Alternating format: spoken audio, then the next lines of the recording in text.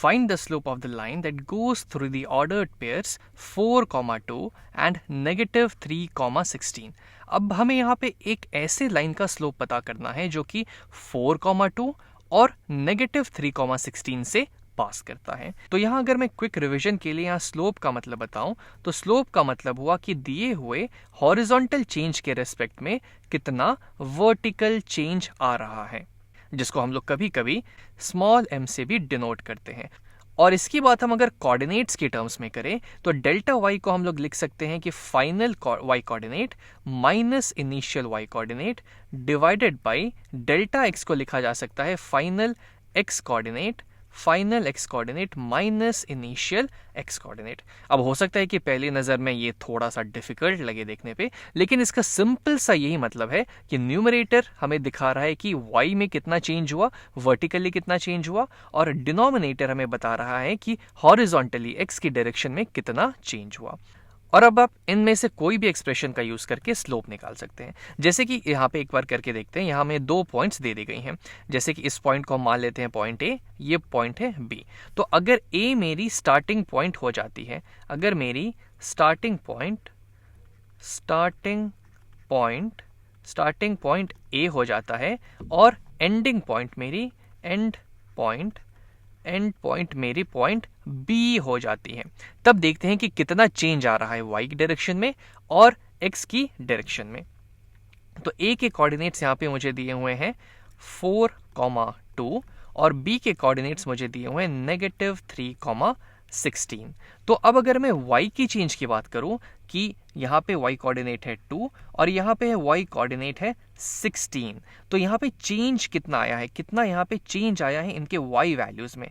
तो मैं 2 से पहुंच गया हूँ 16 पे, यानी कि अगर मैं डेल्टा y की बात करूं तो मैं 16 में से 2 को सब्ट्रैक्ट कर दूंगा, final y coordinate minus initial y coordinate, तो ये मुझे चेंज दे देगा जो कि हमने यहाँ पे लिखा हुआ था। तो इसकी वैल्यू यहाँ से आ जाएगी 14 के बराबर। और यहीं पे अगर मैं बात करूँ इनके डेल्टा x के बारे में कि आखिर डेल्टा x कितना होगा, तो डेल्टा x को कैलकुलेट करने के लिए मैं इसके फाइनल x कोऑर्डिनेट में से इनिशियल x कोऑर्डिनेट सब्ट्रैक्ट करता हूँ।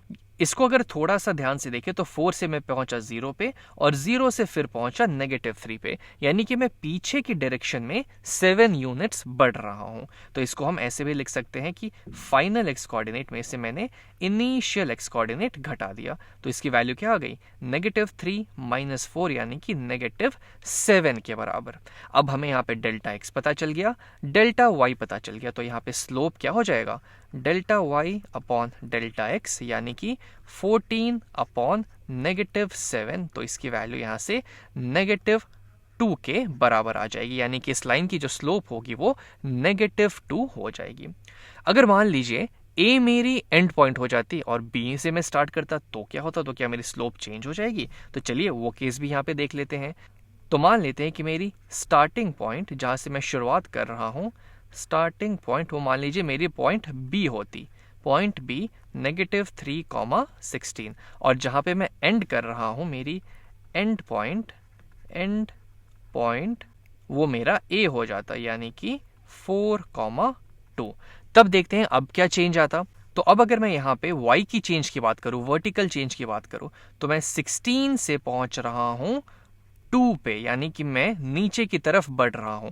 तो यहाँ पे डेल्टा y कितना हो जाएगा, फाइनल y कोऑर्डिनेट है यहाँ पे 2, उसमें से मैं इनिशियल y कोऑर्डिनेट सब्ट्रैक्ट कर देता हूं, यानी कि 16। तो ये चेंज आ गया -14। मैं नीचे की तरफ y डायरेक्शन में 16 से 2 पे पहुंच गया, यानी कि मेरी चेंज आ गई -14 के बराबर। और यहीं पे अगर मैं बात करूं कि डेल्टा x कितना होगा, तो मैं -3 से पहुंच गया हूं 4 पे, यानी कि -3 से पहले मैं पहुंचा हूंगा 0 पे और फिर मैं पहुंचा हूंगा 4 पे, यानी कि मैं पॉजिटिव x की डायरेक्शन में 7 यूनिट्स जा रहा हूं। तो जो मेरी चेंज है वो +7 आ जाएगी, और उसको हम ऐसे भी यहाँ पे देख सकते हैं कि डेल्टा x की वैल्यू हो जाएगी फाइनल x कोऑर्डिनेट यानी कि 4, उसमें से हम इनिशियल x कोऑर्डिनेट घटा देंगे, यानी कि -3। तो इसकी वैल्यू यहाँ से आ जाएगी 7 के बराबर। तो अब यहाँ से अगर हम स्लोप कैलकुलेट करें तो delta y by delta x ये कितना होगा, तो डेल्टा y है -14 और डेल्टा x है 7 के बराबर। तो फिर से इसकी वैल्यू -2 आ जाएगी। तो बस ज़रूरी यहाँ पे ये है कि आप अपने स्टार्टिंग पॉइंट और एंडिंग पॉइंट फिक्स कर ले और उसके रिस्पेक्ट में अपना वर्टिकल और हॉरिजॉन्टल चेंज देखें, तब आपको स्लोप आराम से मिल जाएगा। और अगर इसी चीज़ को हम थोड़ा डायग्रामेटिकली देखना चाहें, एक्चुअली अगर मैं यहाँ पे एक छोटा सा एक रफ स्केच बनाऊँ कि ये एक्चुअली में पॉइंट्स कहाँ लाई करेंगी और इसे हम कैसे इसको देख सकते हैं, तो जैसे मान लीजिए 4,2, तो 1 2 3 4 1 2, मान लीजिए 4,2 कुछ यहाँ पे है, 4,2 ये हो गया मेरा पॉइंट ए, और -3,16 एक्स कोऑर्डिनेट है -3 यानी कि -1 -2 -3 और +16 इसका वाई कोऑर्डिनेट है। तो 1 2 3 4 5 6 7 8 9 10 कुछ यहाँ पे मेरा -3,16 आ जाएगा, -3,16 पॉइंट बी। तो इन दोनों को ज्वाइन करती हुई जो लाइन बनेगी यहाँ पे, इन दोनों को ज्वाइन करती हुई जो लाइन बनेगी यहाँ पे, वो मेरी लाइन होगी जिसके बारे में मैं बात कर रहा हूं। तो इसका स्लोप हमें मिला -2।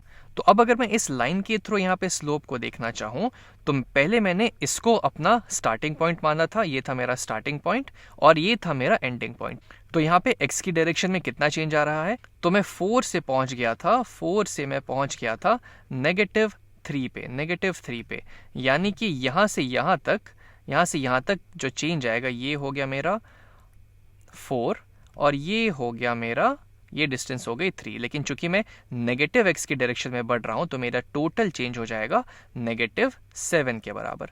और अगर मैं y के चेंज की बात करूं तो मैं यहाँ से मैं पहुंच रहा हूं ऊपर की तरफ यहाँ पे कुछ ऐसे। ये ध्यान रहे कि इस समय मेरा ये स्टार्टिंग पॉइंट है और ये एंडिंग पॉइंट है। तो यहाँ पे कितना चेंज आया, तो ये डिफरेंस है 2 से 16 14 यूनिट्स का। तो मेरी y की चेंज हो जाएगी +14, जो कि हमने यहाँ पे कैलकुलेट की थी।